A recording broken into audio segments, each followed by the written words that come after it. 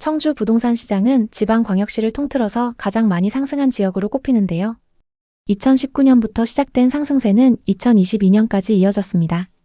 상호씨가 5억 2천만 원에 매수한 아파트도 금세 5억 5천만 원을 돌파했고 호가는 6억 심지어 7억까지 치솟았습니다. 그 아파트는 지금 어떻게 됐을까요? 2021년 청주의 33평 아파트에 30대 부부인 이상호, 김수연 씨가 살고 있었습니다. 결혼 후 쭉 전세로 살던 집으로 전세금은 2억 5천만 원이었습니다. 그 당시 부부는 인생 최대의 고민에 빠졌습니다.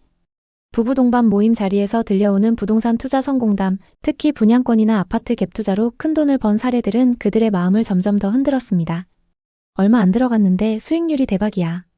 너네도 하나 사. 다들 집 한 채로 인생을 바꿨는데 우리만 이렇게 저축하고 있을 순 없지. 부부는 점점 강하게 확신하기 시작했습니다. 이제 단순히 월급을 모으는 삶에서 벗어나 자산이 돈을 벌어다주는 새로운 방식으로 바뀌어야 한다고 믿었습니다. 상호 씨와 그의 아내는 점점 부동산 투자의 꿈에 사로잡혔습니다.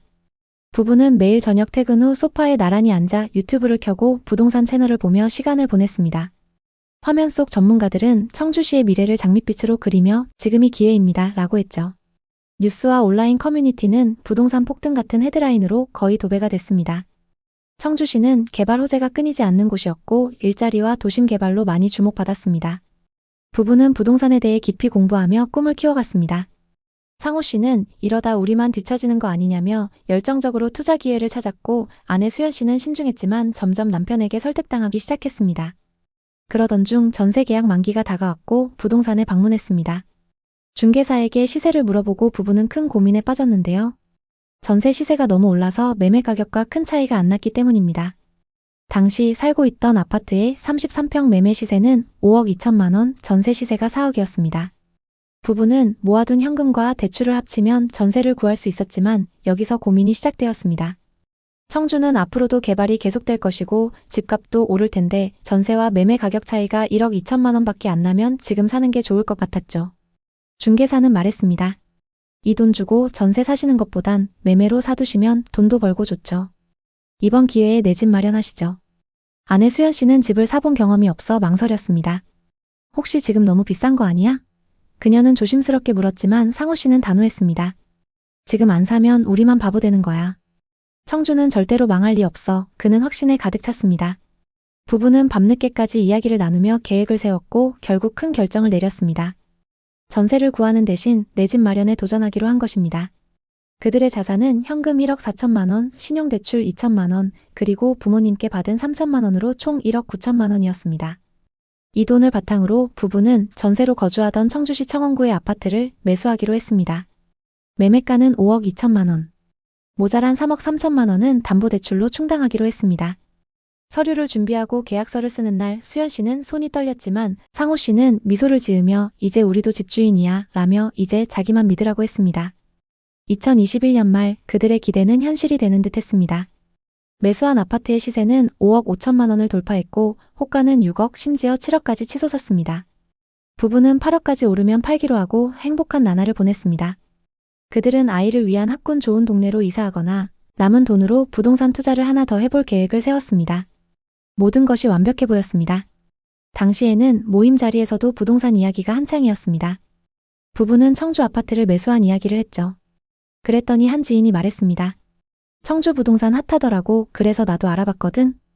요즘 거기 많이 올랐던데 5억 2천에 산 거면 싸게 산 거야.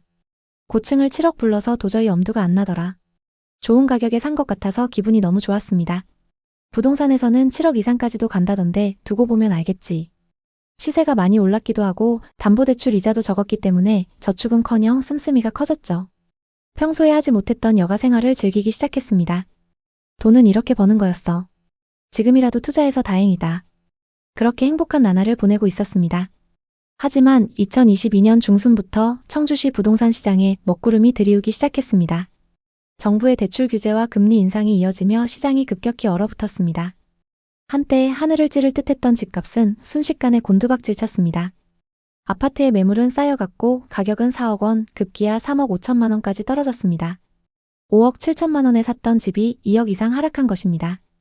설상가상으로 담보대출 금리는 2.1%에서 5.1%로 2배 이상 뛰었고 원금을 제외한 이자만 월 140만 원이 나가게 되었습니다. 매달 빠져나가는 이자는 부부의 통장을 쥐어짜는 듯 했습니다. 집값이라도 오르면 기분 좋게 이자를 감당할 텐데 부부는 점점 대화가 줄어들었습니다. 한때 행복한 공간이었던 아파트는 이제 무거운 짐이 되었습니다. 이웃들 사이에서도 비슷한 이야기가 들려왔습니다. 청주시에서 영끌로 집을 샀던 많은 이들이 손실을 감당하며 한숨을 쉬고 있었습니다. 2025년 현재 청주시 부동산 시장은 그 암울했던 시기를 지나 약간의 회복세를 보이고 있습니다. 부부의 아파트 시세는 4억 1천만 원까지 올랐지만 여전히 매입했던 5억 7천만 원에는 한참 못 미칩니다. 1억 5천만 원 이상의 손실을 안고 있는 부부는 여전히 이자를 갚으며 버티고 있습니다. 부부는 어차피 실거주하고 있으니까 괜찮다며 애써 위로하고 있지만 빨리 정리하고 싶은 마음이 큰 상황입니다. 지금 청주 부동산 커뮤니티엔 비슷한 사연이 하루에도 서너 건씩 쌓이고 있습니다. 고점에 투자해서 실패한 사례가 많은데요. 대체 청주에 무슨 일이 일어나고 있는 걸까요? 청주 부동산 시장은 지방광역시를 통틀어서 가장 많이 상승한 지역으로 꼽히는데요. 2019년부터 시작된 상승세는 2021년 말까지 이어졌습니다. 특히 2020년 상반기에는 청주시의 매매가가 급등하면서 청주 부동산 시장은 많은 사람들의 관심을 끌었습니다. 그러나 2022년을 기점으로 시세가 하락하기 시작했고 이 하락세는 금리 인상과 경제 불확실성의 영향을 받았습니다. 실제로 청주 아파트 매매가는 2021년 2월 최고가를 기록했으며 이후 약 1년 반 동안 30%가량 하락한 것으로 나타났습니다. 예를 들어 흥덕구의 주요 아파트들은 2021년 초 평균 7억 원에서 7억 5천만 원을 기록했으나 2021년 말에는 약 6억 원대로 거래되었습니다. 이는 금리 인상과 같은 경제적인 불안정 요소가 부동산 시장에 미친 직접적인 영향으로 분석됩니다. 또한 금리 인상과 대출 규제 강화가 청주 시장에 미친 영향은 특히 두드러집니다. 대출 금리가 증가함에 따라 주택 구매가 어려워졌고 이는 수요 감소로 이어졌습니다. 청주 부동산은 여전히 투자 가치가 있지만 부동산을 매수할 때는 신중한 접근이 필요합니다. 이제 청주의 부동산 시장, 특히 비싸게 거래된 지역들의 현재 상황에 대해 자세히 살펴보겠습니다. 최근 청주에서 가장 많이 하락한 아파트는 시티 프라디움 1단지입니다. 최고가 대비 3억 6천만 원이나 하락했는데요. 2020년식 797세대 신축 아파트의 분양가는 84타입 기준 3억 3천만 원이었습니다. 이 아파트는 상승장에서 매매가 7억 7천5백만 원까지 거래되면서 분양가 대비 4억 5천만 원이나 상승했습니다. 현재 시세는 어떨까요? 부동산 상승기에 청주 부동산은 비수도권 중에서도 호재가 많고 저렴한 가격에 많은 투자자가 몰렸습니다. 특히 신규 택지 개발과 산업단지 개발, 그리고 광역철도 개발 호재들로 1년 만에 몇 억씩 오르는 상승세를 보였습니다. 하지만 지금은 상황이 좋지 않습니다. 상승기 가격에 비해 40% 이상 빠진 곳도 있습니다. 그럼 지금이 적정 가격일까요? 청주는 상대적으로 저렴한 가격에 외지인들의 갭투자 비율이 높았던 지역입니다. 특히 상승장 막바지에 청주 복대동과 가경동 신축부터 오창과 오송까지 거래량이 급격히 상승했는데요. 지금은 투자했던 분들이 매물을 계속 내놓으면서 시세보다 저렴한 호가 매물이 쌓이고 있습니다. 그리고 분양권은 마이너스 프리미엄으로 내놔도 거래가 잘 안 되고 있습니다. 85만 명이 거주하는 청주시의 아파트 가격은 얼마가 적당한 걸까요? 오늘은 청주의 부동산 지표를 분석해보고 현재 아파트 시세가 적당한지 앞으로 더 떨어질지 같이 확인해 보겠습니다. 먼저 7억 9천5백만 원까지 거래됐던 오송의 아파트부터 보겠습니다. 흥덕구 오송읍 연재리에 위치한 오송 힐데스하임입니다. 이 아파트는 2010년식 402세대 최고 28층입니다. 40평부터 60평까지 대형 평형으로 구성되어 있기 때문에 전세와 월세 수요가 꾸준합니다. 단지 바로 앞으로 오송 호수공원이 위치하고 있고 오송역이 예정되어 있습니다. 132타입의 가격 흐름을 보겠습니다. 2020년 1월 3억 9천만 원이었고 22년 최고가 7억 9천5백만 원에 거래됐습니다. 정확히 2년 만에 4억이나 상승했습니다. 이 아파트의 현재 시세는 어떨까요? 최근 26층 매물이 6억 1천만 원에 거래되면서 고점 대비 23% 하락했는데요. 22년 거래 현황을 보면 802동 2101호 매물이 7억 9천5백만 원에 거래됐습니다. 최고가 7억 9천5백만 원에 거래됐던 매물하고 최근 6억 1천만 원에 거래된 매물은 같은 타입 매물입니다. 오히려 최근 거래된 매물이 더 고층 매물인데요. 현재 호가 시세도 한번 살펴보겠습니다. 802동 중층 매물이 6억 5천만 원에 나와 있고 801동 고층 매물은 6억 7천만 원에 나와 있습니다. 중층 이상 매물 기준으로 1억 5천만 원 빠져서 나오고 있는 상황입니다. 다음은 청주시 흥덕구 복대동에 위치한 두산 이브 지웰시티 2차입니다. 거래량이 높은 준신축 단지이기 때문에 시세 반영이 빠릅니다. 2015년식 1956세대인 이 아파트는 복대동 중심부에 위치하고 있습니다. 주상복합 단지로 대형 프랜차이즈를 포함해서 상업시설 이용이 편리합니다. 길 건너엔 현대백화점도 위치하고 있습니다. 80타입의 분양가는 3억이었고 21년 최고가 7억 7,700만 원에 거래됐습니다. 분양가 대비 4억 7천만 원이나 상승했습니다. 이 아파트의 현재 시세는 어떨까요? 최근 12층 매물이 6억 500만 원에 거래되면서 고점 대비 21%나 하락했는데요. 정말 이 정도로 하락했을까요? 22년 거래 내역을 살펴보면 202동 2502호 매물이 7억 7천만 원에 거래됐습니다. 88년생 투자자가 상승장에 매수했습니다. 상승기 때 25층 매물이 7억 7천만 원에 거래됐었고 최근 12층 매물이 6억 500만 원에 거래되면서 21% 하락했습니다. 최고가에 거래됐던 매물은 25층 고층 매물인데 최근 거래된 매물은 12층으로 중층 매물입니다. 고층 매물 호가 시세로 고점 대비 얼마나 빠졌는지 확인해 보겠습니다. 204동 30층 매물은 6억 4,500만 원, 208동 32층 매물이 6억 5천만 원에 나와 있습니다. 고층 매물 기준 1억 2천만 원 하락해 있는 상황입니다. 다음은 청주의 분양 아파트 분위기를 살펴보겠습니다. 현재 분양권 시세는 어떨까요?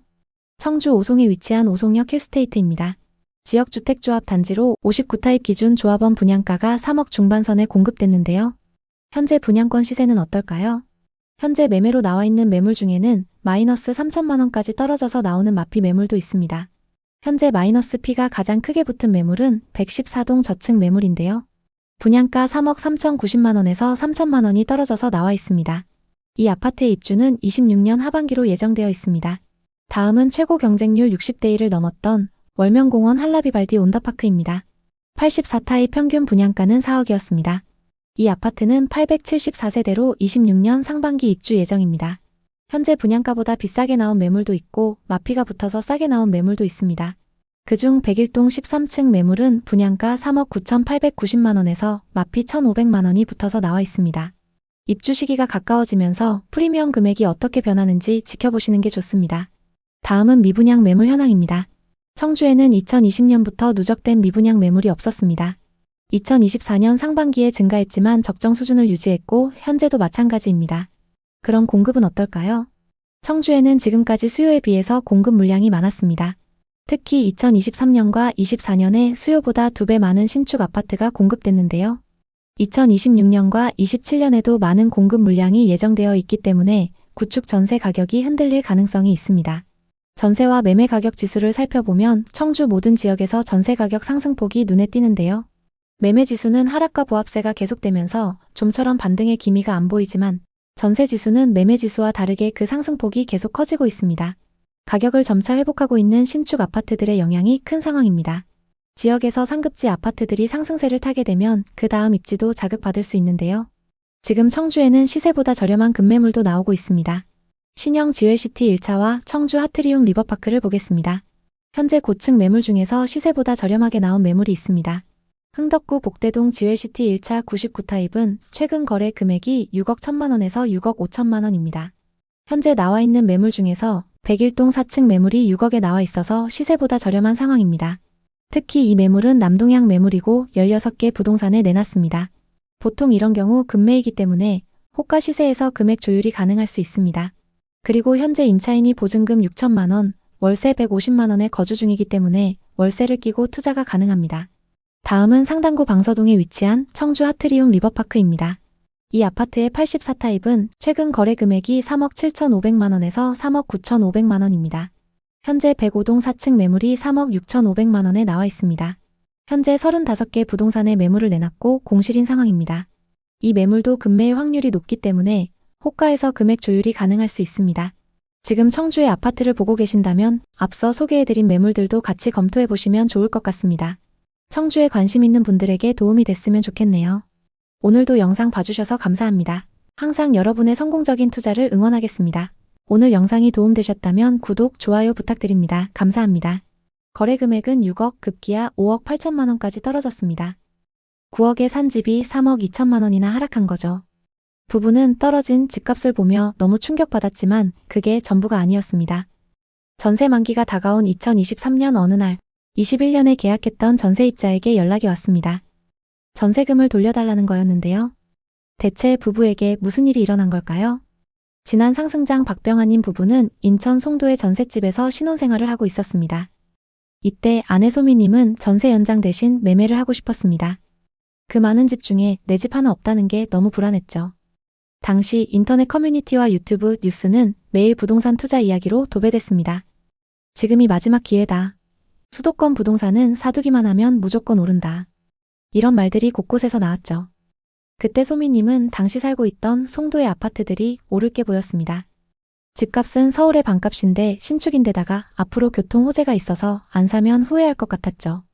그리고 네이버 부동산 카페에서 만난 부동산 투자 모임 회원들이 송도는 앞으로 오를 거라고 했기 때문에 더 확신을 가졌습니다. 게다가 그 타이밍에 마침 소미님의 절친인 수연님이 인천 송도에 투자해서 벌써 1억 이상 벌었다고 자랑을 했죠. 그날 저녁 부동산 투자 이야기를 꺼냈습니다. 소미님의 남편도 긍정적이었습니다.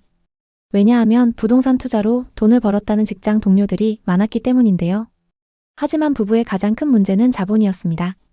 신혼이라 모아놓은 돈도 많지 않았고 월급이 많은 것도 아니었기 때문에 높은 집값을 감당하기에는 무리가 있었죠. 부부는 고민에 빠졌습니다. 고민 끝에 우선 전셋집 대신 월세집에 살면서 전 재산을 투자해서 집을 사기로 결정했습니다. 집값이 오를 걸 생각하면 부담스럽지 않았습니다. 물론 많지 않은 월급으로 매달 월세를 낸다는 게 쉬운 결정은 아니었지만 당시에는 일단 집을 사두기만 하면 돈을 벌게 보였기 때문에 좋은 선택이라고 생각했습니다. 그렇게 전셋집을 정리하고 전세금과 모았던 돈을 합쳐 현금 2억 2천만 원에 신용대출 5천만 원, 부모님께 받은 돈 3천만 원까지 총 3억을 모았습니다. 이 돈으로 부부는 인천 송도에 매물을 계약했습니다. 2017년식 26평 아파트로 송도 글로벌파크 바로 앞에 위치한 단지였죠. 매매가는 9억, 전세는 6억으로 갭 3억이었습니다. 소액 투자 컨설팅으로 갭 투자의 성공 사례를 많이 봤기 때문에 큰 걱정은 없었습니다. 또 당시에는 송도에 전세와 대출을 최대한 끌어서 사는 레버리지 투자 방식이 유행이었죠. 아파트를 계약하면서 앞으로 오를 거란 기대에 행복했습니다. 집을 산 지 한 달 만에 부부가 계약한 송도의 아파트가 9억 2천만 원에 거래됐습니다. 거의 몇 달치 연봉을 한 달 만에 번 셈이었죠. 매일 저녁 부동산 커뮤니티에 올라오는 글과 시세를 보며 행복한 나날을 보냈습니다. 앞으로 집값이 계속 오를 것 같아. 12억 정도 가면 팔자. 부부는 시세 차익을 보고 다음 투자할 계획을 세웠습니다. 하지만 그 행복도 잠시 곧 부동산 시장이 급격히 나빠졌습니다. 치솟았던 가격은 급격히 하락했고 거래는커녕 문의도 없었죠. 거래 금액은 6억 급기야 5억 8천만 원까지 떨어졌습니다. 9억에 산 집이 3억 2천만 원이나 하락한 거죠.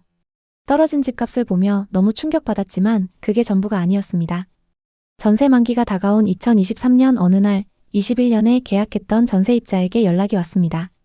요즘 전세 시세가 많이 떨어진 것 같네요. 이사 가려고요. 전세 시세는 이미 4억대 중반까지 하락한 상황이었습니다. 6억에 계약했던 시세가 1억 이상 하락한 거죠. 시세에 맞게 전세금을 조율하기로 했고 전세입자에게 돌려줄 1억 5천만 원이 필요했습니다. 1억 5천만 원의 갭을 메우기 위해 신용대출을 받고 부모님께 손을 벌렸습니다. 그래도 돈은 모자랐고 부부는 보증금이 저렴한 곳으로 이사를 갈 수밖에 없었죠.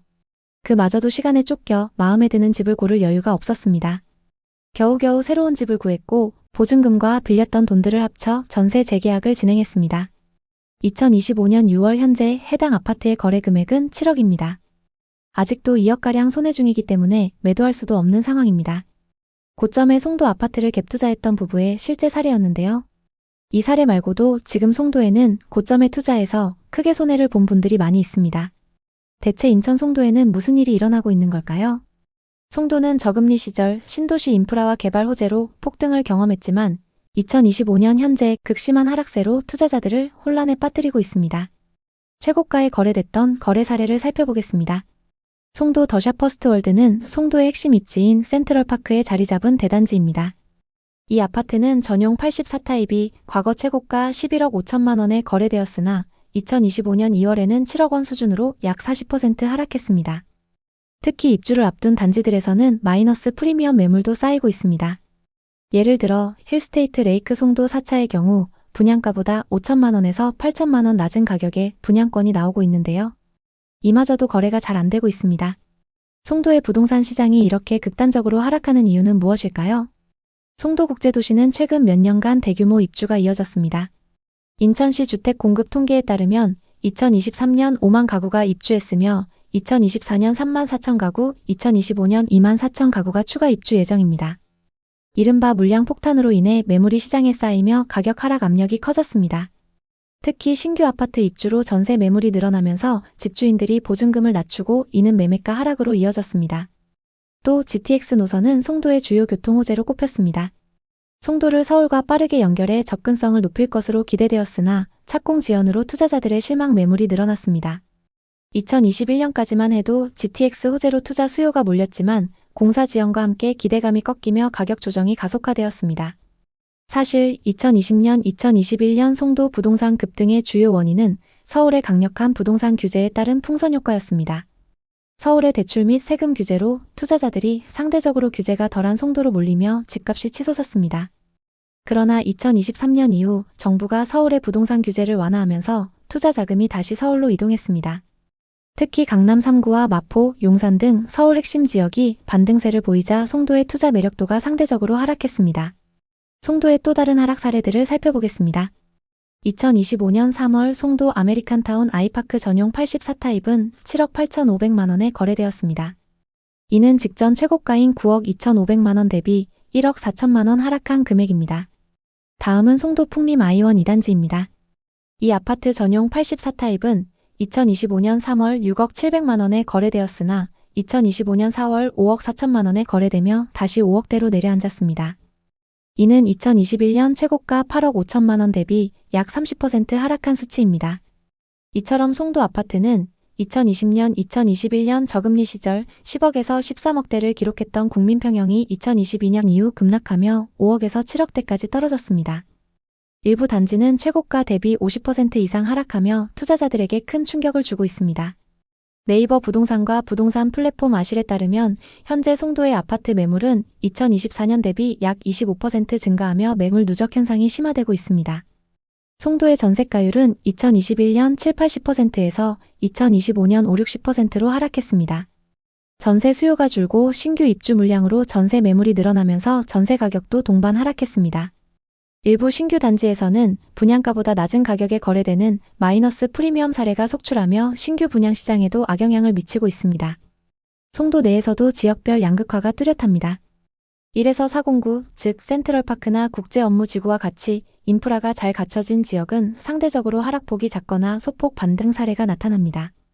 예를 들어 송도 센트럴파크 푸르지오 전용 84타입은 2024년 7월 9억 4천만 원에서 2025년 4월 11억으로 1억 6천만 원 상승했습니다. 반면 609, 809 등 신규 개발 지역은 과도한 공급과 교통 인프라 미비로 하락폭이 큰 상황입니다. 송도는 여전히 개발 중인 도시로 장기적으로 인프라 확충과 같이 상승 가능성이 있지만 약점도 명확합니다. 가장 큰 리스크는 과도한 공급입니다. 2025년, 2026년 대규모 입주 물량은 단기적으로 가격 상승을 억제할 수 있습니다. 또 신축 분양권이 마이너스 프리미엄으로 나오고 있는 상황도 좋지 않습니다. 신축 아파트가 분양가보다 저렴하게 나오는데도 거래가 안 되는데 구축 아파트는 더 심하겠죠. 송도는 탄탄한 실수요가 있다고 강조하시는 분들도 있습니다. 서울에서 주거 비용이 너무 오르다 보니 발전 가능성이 크다는 송도로 이주해온 분들도 많고 송도국제학교나 대학을 비롯한 교육 인프라를 선호하는 분들도 많습니다. 그러나 문제는 저금리 시절 지나치게 대출을 이용한 경우 금리 인상을 감당하지 못하고 급매를 던지는 사람들이 속출할 수 있다는 점입니다. 실제로 2022년 하반기부터 2023년에 걸쳐 송도에 급매물이 나온 사례가 많습니다. 매수자들이 현금이 부족해서 대출을 받으려고 해도 금리가 높아 망설이고 그 사이 매물이 계속 축적되면서 가격이 더욱 빠졌습니다. 그렇다면 지금이 곧 바닥인지 아니면 더 빠질 가능성이 있는지 이런 질문이 자연스럽게 나오게 됩니다. 최근 서울 일부 지역, 특히 강남 3구나 마포 용산 일대가 다시 오름세를 보였다는 소식이 전해지면서 이제 그 여파가 송도까지 번져 곧 다시 상승하지 않겠냐고 기대하는 분도 있습니다. 하지만 전문가들은 규제 완화로 서울은 일부 반등이 일어난 반면 송도는 여전히 매수 심리가 얼어붙어 있어 회복을 장담하기 어렵다고 지적합니다. 송도 부동산 시장을 단기적으로 보면 추가 하락할 가능성이 높습니다. 다만 장기적으로 보면 반등할 가능성도 있는데요. 우선 서울 수도권 상급지의 부동산 시장이 지속적으로 반등하면 송도에도 긍정적 영향을 미칠 수 있습니다. 또 GTX 노선 공사가 빠르게 진행되거나 추가 개발 호재가 현실화되면 수요가 회복될 수 있습니다. 만약 송도의 실거주 목적이라면 1에서 4공구의 입지가 좋은 단지를 우선 고려하되 장기 거주 계획을 세우시는 게 좋습니다. 투자 목적이라면 GTX 등 호재의 진행 상황을 자세히 점검해야 합니다. 신규 입주 물량이 많은 809는 단기 하락 리스크가 크므로 입지가 탄탄한 지역을 선별하시는 게 좋습니다. 송도는 한때 바다가 보이는 신도시, 국제 비즈니스와 교육의 중심지로 엄청난 가격 상승을 보였지만 2022년 이후 금리 인상, 공급 과잉, 서울 규제 완화로 그 하락폭도 엄청났습니다. 2025년 현재 송도 부동산 시장은 매물 누적 현상과 저조한 거래를 보이면서 좀처럼 반등하지 못하고 있습니다. 일부 단지는 최고가 대비 50% 이상 하락하며 투자자들에게 큰 손실을 안겼고 마이너스 프리미엄 사례는 분양권 시장의 불안감도 키우고 있습니다. 그럼에도 송도는 국제 비즈니스, 교육, 교통 인프라 등 여전히 잠재 가치를 갖고 있습니다. 장기적으로 개발이 지속되고 서울 시장의 반등이 송도로 확산된다면 회복 가능성이 있습니다. 그러나 단기적으로는 공급 과잉과 경기 불확실성으로 추가 하락 리스크가 존재합니다. 지금 송도 부동산에 관심 있는 분들께 드리는 조언은 신중함입니다. 과도한 대출로 무리하게 매수하는 것은 위험하며 입지가 좋은 지역과 호재 진행 상황을 철저히 분석해야 합니다. 송도는 앞으로 발전 가능성이 있는 도시지만 부동산 시장은 심리, 금리, 공급과 수요 등 복잡한 변수에 의해 좌우됩니다. 지금은 시장을 관망하면서 자본과 실력을 늘려야 할 때입니다. 앞으로도 송도를 포함한 부동산 시장의 최신 동향을 깊이 있게 전달하겠습니다. 오늘 영상이 도움이 되셨다면 구독과 좋아요 부탁드립니다. 여러분의 성공적인 부동산 투자를 항상 응원합니다. 감사합니다. 원주는 앞으로 강원도를 대표하는 혁신 도시가 됩니다. 지금 전세 끼고 5천만 원이면 아파트 한 채 살 수 있어요. 2년 뒤엔 최소 2억은 오릅니다. 당시 원주의 준신축 아파트는 매매가가 4억 3천만 원, 전세는 3억 8천만 원이었습니다. 갭은 5천만 원이었죠. 5천만 원으로 아파트 한 채를 살 수 있다는 사실이 믿기지 않았습니다. 갭 투자를 왜 이제 알았지? 이 방법은 실패할 수가 없겠네. 이제 부자 되는 건 시간 문제야. 하지만 그는 이 투자가 인생을 뒤흔들 줄은 상상도 못했습니다. 취업 후 쭉 월세로 살던 지훈 씨는 어느 순간부터 부동산 투자에 관심을 갖게 됐습니다. 부를 이루겠다는 욕심도 있었지만 어쩔 수 없이 남들과 비교하게 됐기 때문인데요. 그러게 나 살 때 너도 사라니까 왜 안 샀어?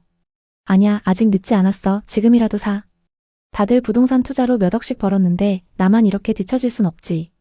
지훈 씨는 이제 단순히 월급을 모으는 삶에서 벗어나 투자로 돈을 버는 부의 세계로 진입해야 한다고 생각했습니다. 사실 지훈 씨는 지금까지 늘 남부럽지 않은 삶을 살아왔습니다. 그는 서울에 위치한 대기업에서 근무하며 10년 넘게 성실히 월급을 모아왔습니다. 남들이 부러워하는 직장에 다니면서 꿈꾸던 안정적인 삶을 위해 치열하게 살아왔죠.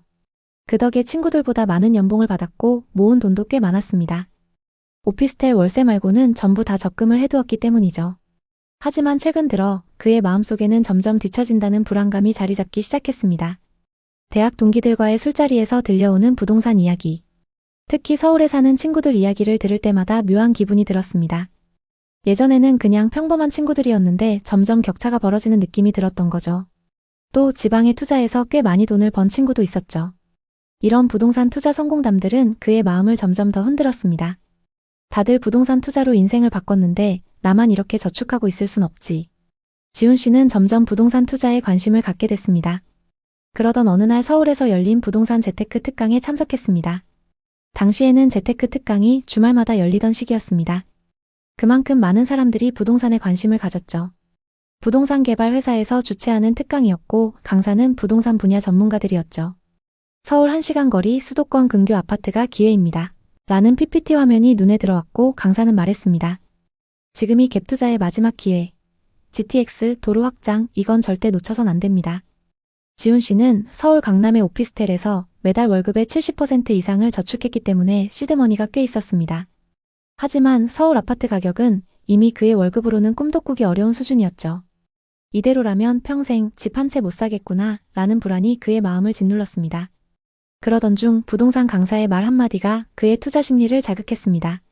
지금 갭 투자로 종잣돈을 늘리고 2년에서 4년 뒤 서울에 내 집을 마련하세요. 지훈님은 결심했습니다. 그래, 갭 투자라면 나도 할 수 있어. 지훈님은 수도권 근교, 특히 경기도 외곽이나 강원도 원주와 춘천을 위주로 매물을 살펴봤습니다. 서울에서 그렇게 멀지 않고 저렴한 지역들이었죠. 그는 주말마다 부동산 중개업소와 분양 홍보관을 돌며 정보를 모았습니다. 한 중개업소 직원이 자신감 넘치는 목소리로 말했습니다. 원주는 앞으로 강원도를 대표하는 혁신 도시가 됩니다. 지금 전세 끼고 5천만 원이면 아파트 한 채 살 수 있어요. 2년 뒤엔 최소 2억은 오릅니다. 원주 준신축 아파트는 매매가가 4억 3천만 원, 전세는 3억 8천만 원이었습니다. 갭은 5천만 원이었죠. 매물을 기록해두고 그 다음 주엔 춘천을 찾았습니다. 춘천의 한 아파트는 매매가 3억 2천만 원, 전세 2억 7천만 원으로 갭이 5천만 원이었습니다. 이 정도면 지금 당장 두 채나 가능하겠어. 지훈님은 즉시 움직였습니다. 그는 그동안 저축한 돈이 꽤 있었기 때문에 투자금 1억을 바로 만들 수 있었습니다. 진짜 돈 모아두길 잘했다. 이제 이 돈으로 나도 부동산에 투자해서 돈 좀 벌어보자. 이제 저축은 끝이다. 이를 기반으로 원주와 춘천에 각각 한 채씩 총 두 채의 아파트를 갭투자로 계약했습니다. 평균 실투자금은 한 채당 5천만 원이고 전세 기간도 각각 2년 조건이었습니다. 계약서를 쓰는 순간 지훈님은 내가 드디어 부동산 투자자가 됐다는 생각에 가슴이 벅찼습니다. 2022년은 지훈님에게 뭐든 잘 되는 해였습니다. 그 시기 강원도 부동산 시장은 가장 핫했고 그의 투자 아파트들은 가격이 치솟았습니다. 원주의 아파트는 5억 7천만 원의 거래가 기록되었고 춘천 아파트도 4억 8천만 원까지 올랐습니다. 1억을 투자해서 1년 만에 2억을 번 셈이었죠. 수익률은 무려 200%였습니다. 지훈님은 매일 부동산 앱에서 시세를 캡처하며 행복했습니다. 그는 친구들과의 술자리에서 이렇게 자랑하곤 했습니다. 개발만 완료되면 이 아파트들 최소 8억은 간다. 내가 계산 다 해봤어. 친구들은 부러워했고 지훈님은 확신에 차 있었습니다.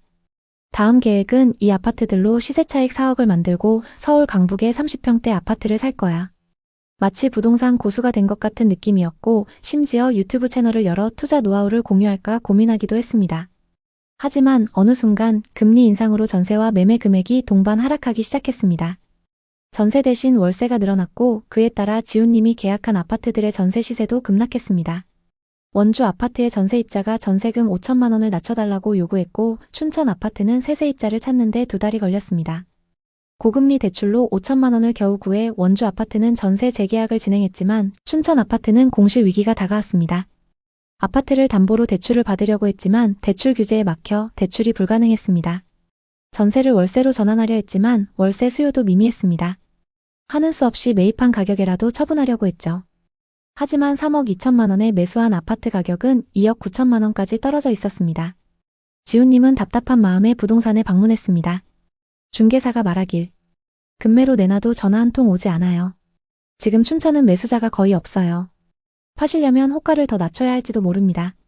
이 말에 그는 망연자실했죠. 그동안 저축했던 돈이 모두 날아가는 기분이었습니다. 회사 일이 도저히 손에 잡히지 않았고 스트레스를 풀기 위해 매일 술을 마셨습니다. 그는 밤마다 부동산 앱을 켜고 아파트 시세를 확인하며 불안과 후회에 잠겼습니다. 내가 왜 그때 무리하게 갭 투자를 했을까? 욕심이 화를 부른 건가? 춘천의 구축 아파트는 생각했던 분위기와 완전히 달라져 있었습니다. 거래는 뚝 끊기고 매물은 점점 쌓였죠. 그러던 중 한 부동산에서 2억 8천만 원까지 내리면 바로 계약하겠다는 사람이 있다고 연락이 왔습니다. 눈물을 머금고 4천만 원이나 손해보면서 매도를 결정했습니다. 결국 갭 투자로 시세 차익을 보려던 계획은 완전히 틀어졌고 처음 투자했던 금액보다 더 큰 손실을 안게 됐습니다. 강원도 부동산 시장은 대체 어쩌다 이렇게 됐을까요? 급등기의 원주와 춘천 시장을 이해하려면 당시 지역을 대표하던 단지들의 가격 흐름을 살펴보는 게 가장 확실합니다. 다음은 당시 고점을 찍었던 두 단지의 사례입니다. 춘천 롯데캐슬입니다. 입주 시기는 2015년이고 전용 면적 154타입이 10억 9천만 원까지 거래됐습니다. 춘천에서 최초로 10억 원을 돌파한 사례로 지역 언론이 앞다퉈 보도하며 화제가 됐습니다. 춘천에도 이런 가격이 가능하다는 상징적 거래였죠. 이 단지는 남춘천역 인근에 위치하며 롯데캐슬이라는 브랜드와 대단지 프리미엄을 앞세워 상승기를 주도했습니다. 당시 투자자들은 춘천이 서울처럼 변한다는 부푼 기대를 품었고 이 단지는 그 기대의 정점을 보여줬습니다. 다음은 원주 더샵 센트럴파크입니다. 입주 시기는 2021년이고 전용 면적 84타입이 2021년 7월 5억 9천만 원까지 거래됐습니다. 입주 직후 지역 최고가를 기록했습니다. 이 단지는 원주의 새로운 대장이라고 불리면서 투자 열풍을 이끌었습니다. 앞서 살펴본 두 개 단지는 2020년, 2021년 원주와 춘천의 상승기를 주도하는 아파트였습니다. 하지만 이후 조정장에서 엄청난 하락을 기록했습니다. 2022년부터 원주와 춘천 부동산 시장은 급격히 냉각되기 시작했습니다. 아파트 가격이 30% 이상씩 빠지기 시작했는데요. 2020년 2%대였던 주택담보대출 금리가 순식간에 5, 6%대로 치솟았습니다. 특히 갭 투자자들은 대부분 변동금리 대출을 이용했기 때문에 이자 부담이 두세 배로 늘어나는 충격을 받았습니다. 예를 들어 3억 원 대출의 연 2% 금리라면 연간 이자 부담이 600만 원이었지만 금리가 6%로 오르면 1,800만 원으로 껑충 뛰게 됩니다. 월세로 전환해도 이자를 감당하기 어려운 상황이 되면서 많은 투자자들이 매물을 내놓기 시작했습니다. 또 일부 시행사들이 땅값만 올려놓고 착공을 미루는 바람에 미분양 매물이 쌓였습니다. 원주에서는 혁신도시와 무실지구를 중심으로 미분양 물량이 눈에 띄게 늘었고 이는 시장의 기대감을 떨어뜨리는 요인이 되었습니다. 가장 큰 타격은 바로 호재의 지연이었습니다. 원주와 춘천의 부동산 열풍을 이끌었던 GTX 연장 논의는 정거장 위치와 노선 확정이 늦어졌고 착공 시점은 매년 뒤로 밀렸습니다. 여기에 첨단산업단지 같은 대규모 개발 프로젝트도 지연되면서 기대감이 빠르게 식었습니다. 공공기관 이전, 상업시설 유치, 문화시설 조성 등도 계획 대비 2, 3년씩 늦어졌습니다. 투자자들은 호재 실현이 멀어지자 손실을 감수하며 매물을 내놓았습니다. 2025년 4월 기준 원주와 춘천의 주요 단지들은 고점 대비 30%가량 하락했습니다. 일부 단지는 여전히 지역 내 브랜드와 입지의 힘을 보여주며 하락폭이 상대적으로 작지만 입지가 조금 떨어지는 단지들은 하락 이후 회복이 불가능한 상황입니다. 지금 원주와 춘천의 미분양, 공급 물량, 가격 지수를 한번 살펴보겠습니다. 원주는 2024년 하반기 약 2,000세대였던 미분양 물량이 2025년 1,000세대 미만으로 줄었습니다. 하지만 아직은 평균치보다 많이 쌓여 있습니다. 춘천은 2020년 이후 미분양이 거의 제로에 가까웠지만 최근 소폭 증가했습니다. 공급 물량을 보면 원주는 2025년 입주 예정 물량이 평년 대비 3배에 달합니다. 특히 관설동과 방곡동의 신축 아파트가 대거 들어서면서 가격 하방 압박이 클 수 있습니다. 다만 2026년 이후 공급이 급감할 전망이어서 이 시기를 넘기면 반등 가능성이 있습니다. 춘천에는 2027년, 2028년 공급 공백이 예상됩니다. 이 시기에 준공된 신축 아파트는 희소성 프리미엄을 누릴 가능성이 높습니다. 전세와 매매 지수를 보면 원주는 최근 전세 지수가 반등하며 안정적인 가격대를 형성하고 있습니다. 특히 혁신도시 주변에서 전세 수요가 살아나고 있습니다. 춘천은 전세와 매매 지수가 동반 반등 중입니다. 남춘천역 온이동을 중심으로 수요가 재집중되고 있습니다. 원주와 춘천 부동산에 접근하려는 분들께 실수요자든 투자자든 반드시 점검해야 할 부분을 말씀드리겠습니다. 먼저 입지를 세분화하셔야 합니다. 특히 도심과 역세권에 집중할 때입니다. 수요는 이제 역세권과 도심 중심부로 재집중되고 있습니다. 외곽 지역은 회복 속도가 느릴 가능성이 높습니다.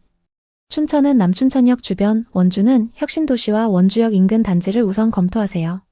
그리고 매물이 줄어드는 시점을 노려보시는 게 좋습니다. 원주에서는 2025년, 2026년 대규모 입주 물량이 잘 소화되는지 지켜보세요. 공급 과잉이 해소된 이유가 매수 타이밍의 가능성이 높습니다. 춘천은 2027년 이후 공급이 없기 때문에 지금부터 차근차근 신축 아파트 급매물 시세를 파악해 보시는 게 좋습니다. 원주와 춘천은 수도권 대체 주거지로 주목받았습니다. 하지만 2020년, 2021년처럼 사면 무조건 오른다는 공식은 더 이상 통하지 않습니다. 이제는 숫자와 흐름을 읽어야 할 때입니다.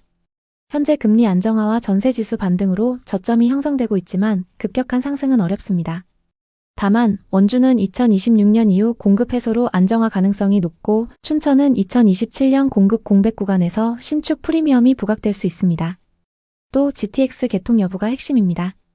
이 호재가 현실화되면 두 도시는 수도권 외곽 도시로서 확실한 입지를 다질 가능성이 큽니다. 투자자든 실수요자든 매수를 고민하신다면 전세가율이 안정적으로 유지되고 있는지 금리 변동 시 대출 이자를 부담할 수 있는 상황인지 정확히 판단해 보셔야 합니다.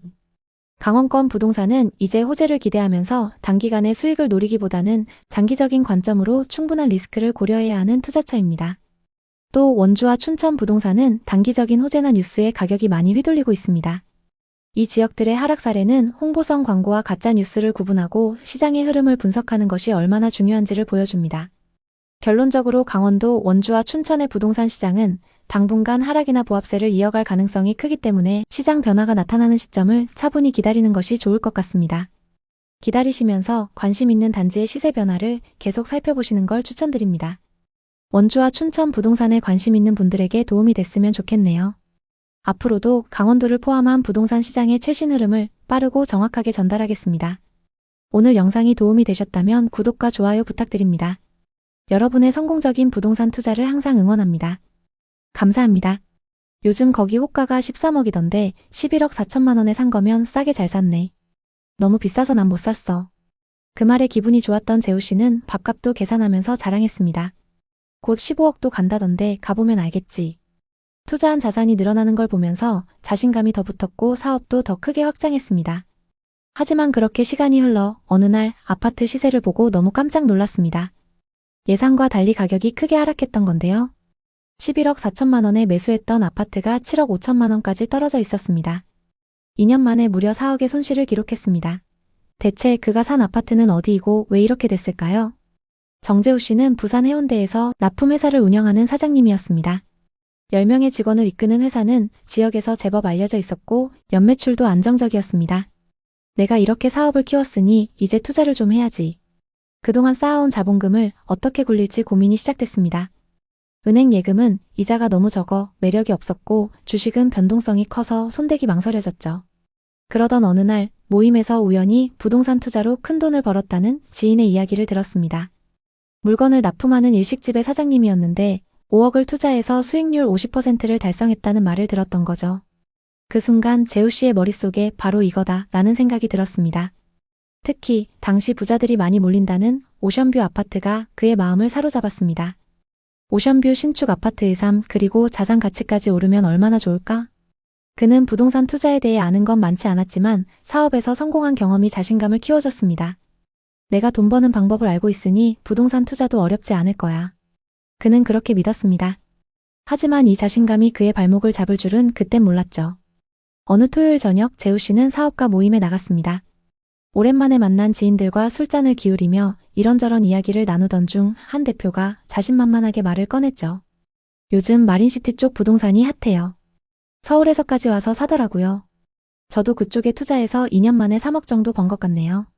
그 말은 재우 씨의 귀에 쏙 박혔습니다. 마린시티면 부산에서 제일 비싼 지역 맞죠? 대교가 한눈에 보이고 반짝이는 바다와 고층 빌딩이 어우러진 그곳. 매일 아침 창밖으로 그런 풍경을 본다면 인생이 얼마나 근사할까?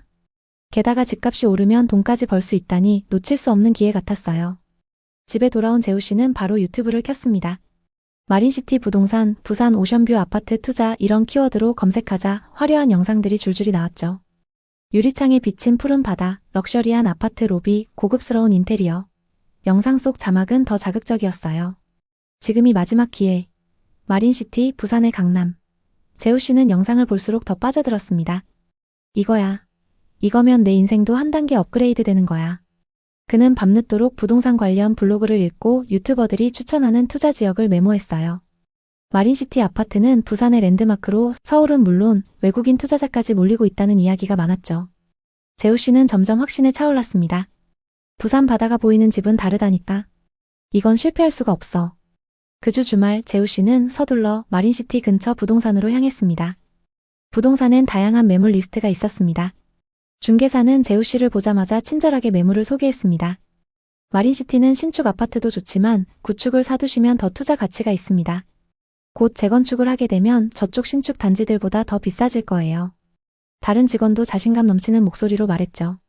사장님, 이 매물은 진짜 마지막이에요. 아직 구축이라 신축 아파트들보다 저렴하고 투자 가치가 더 높습니다. 재우 씨는 마지막이라는 말에 마음이 급해졌습니다. 역세권에다가 앞으로 재건축이 되면 저 새 아파트들보다 더 비싸진다는 말. 그는 머릿속으로 고민에 빠졌습니다. 그래도 새 아파트를 사는 게 낫지 않을까? 재건축 언제 될지도 모르는데. 중개사는 계속 재우 씨를 설득했어요. 사장님 같은 분이 딱 어울리는 매물이에요. 재건축은 무조건 됩니다. 집으로 돌아와 해당 아파트를 검색해봤죠. 각종 블로그나 기사에서도 재건축 얘기가 한창이었고 결국 재우 씨는 확신을 갖게 됐습니다. 그는 마린시티에 96년식 재건축 호재가 있는 아파트를 계약하기로 했습니다. 23평의 매매 가격은 11억 4천만 원, 전세는 3억이었죠. 사무소를 나오며 재우 씨는 뿌듯했습니다. 재건축만 되면 몇 억은 금방이야. 계약 후 몇 달 뒤 지인들과의 모임에서 또 부동산 이야기가 한창이었습니다. 재우 씨는 마린시티 쪽 재건축 아파트에 투자한 이야기를 했죠. 그랬더니 한 지인이 말했습니다. 내가 얼마 전에 거기 가봤거든. 요즘 거기 호가가 13억이던데 11억 4천만 원에 산 거면 싸게 잘 샀네. 너무 비싸서 난 못 샀어. 그 말에 기분이 좋았던 재우 씨는 밥값도 계산하면서 자랑했습니다. 재건축만 되면 15억도 간다던데 가보면 알겠지. 투자한 자산이 늘어나는 걸 보면서 자신감이 더 붙었고 사업도 더 크게 확장했습니다. 그는 새 창고를 임대하고 배달 차량도 2대 추가했죠. 그러던 어느 날 계약했던 부동산에서 연락이 왔습니다. 사장님, 전세입자가 연락 왔는데 나가고 싶다네요. 요즘 전세 시세가 많이 떨어져서 그런 것 같아요. 재우 씨는 당황했지만 시세에 맞게 조정하기로 했죠. 처음에 3억이었던 시세가 2억 3천만 원까지 떨어졌고 7천만 원을 돌려줬죠. 사업 확장에 돈을 투자했던 재우 씨는 겨우 자금을 맞출 수 있었습니다. 임차인에게 돌려주고 나니 재우 씨의 통장은 텅 비어버렸어요. 그래, 집값이 곧 오르면 이 정도 손실은 메울 수 있어. 그리고 어차피 매달 사업으로 버는 돈이 있으니까 또 모으면 돼. 재우 씨는 스스로를 다독였습니다. 하지만 마음 한구석엔 불안이 점점 커져갔죠. 그는 부동산 앱을 켜고 매수한 구축 아파트의 시세를 확인했습니다. 시세를 보고 너무 깜짝 놀랐습니다. 예상과 달리 가격이 크게 하락했던 건데요. 11억 4천만 원에 매수했던 아파트가 7억 5천만 원까지 떨어져 있었습니다. 2년 만에 무려 4억의 손실을 기록했습니다. 2023년부터 부산 부동산 시장이 급격히 안 좋아졌던 겁니다. 정부의 금리 인상 정책으로 대출 이자가 급등했죠. 실수요자들은 이자 부담 때문에 집을 사려는 계획을 미뤘고 외부 투자자들도 관망세로 돌아섰습니다. 부산의 상급지도 예외는 아니었습니다. 매수자는 사라지고 매물은 쌓여갔습니다. 너무 답답했던 재우 씨는 부동산에 들러 상담을 했습니다. 사장님, 지금 시장 분위기가 너무 안 좋아요. 급매로 내놔도 볼 사람이 없습니다. 금리가 낮아야 재건축 사업도 진행을 하는데 그것도 지금은 어려울 것 같네요. 그의 머릿속은 혼란으로 가득했죠. 문제는 아파트에만 그치지 않았습니다. 재우 씨의 재정은 점점 악화됐습니다. 코로나 이후 소비가 줄면서 매출도 30%나 감소했습니다.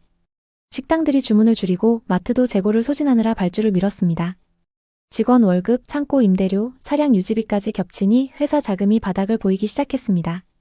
재우 씨는 밤마다 잠을 이루지 못했습니다. 직원 월급이 밀리면 어쩌지? 상황이 이렇게 될 줄 몰랐는데.